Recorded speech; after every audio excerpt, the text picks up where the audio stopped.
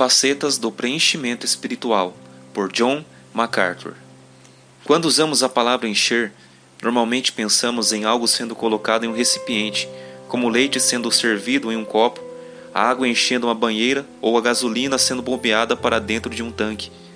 Mas nenhum desses exemplos transmite exatamente o significado de preencher ou ser preenchido, como o termo grego plero, cuja forma é usada em Efésios capítulo 5, versículo 18. Plero tem 3 acepções úteis para ilustrar o significado bíblico de ser preenchido pelo Espírito. A primeira dá a ideia de pressão, é usada para descrever o vento que infla as velas de um navio, proporcionando o ímpeto para mover o navio pela água. No domínio espiritual, esse conceito descreve o Espírito Santo impulsionando o crente a se manter no caminho da obediência. Os cristãos preenchidos com o Espírito não são motivados por seus próprios desejos ou vontade de progredir. Eles permitem que o Espírito Santo os guie na direção correta. Outro exemplo útil desse primeiro significado é um pequeno graveto flutuando em um curso de água. Em algum momento da vida, a maioria das pessoas já jogou um graveto em um riacho e depois saiu correndo o rio abaixo para ver o galinho chegar flutuando, impulsionado apenas pela força da água. Ser preenchido com o Espírito significa ser levado pela graciosa pressão do Espírito Santo. Plero também pode transmitir a ideia de permeação. O comprimido de um antiácido efervescente ilustra esse princípio com bastante eficácia. Quando jogamos 1 ou 2 comprimidos em um copo de água, eles imediatamente começam a efervescer e se dissolvem. Logo, os comprimidos se transformam em bolhas translúcidas dentro do copo e a água é permeada pelo sabor característico do medicamento. Em um sentido semelhante, Deus quer que o Espírito Santo permeie nossa vida e dê sabor a ela,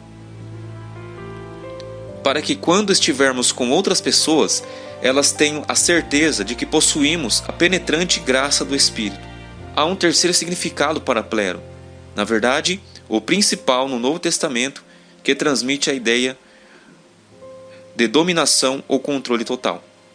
Os autores do Evangelho usaram o termo em várias passagens para indicar que as pessoas eram dominadas por certa emoção.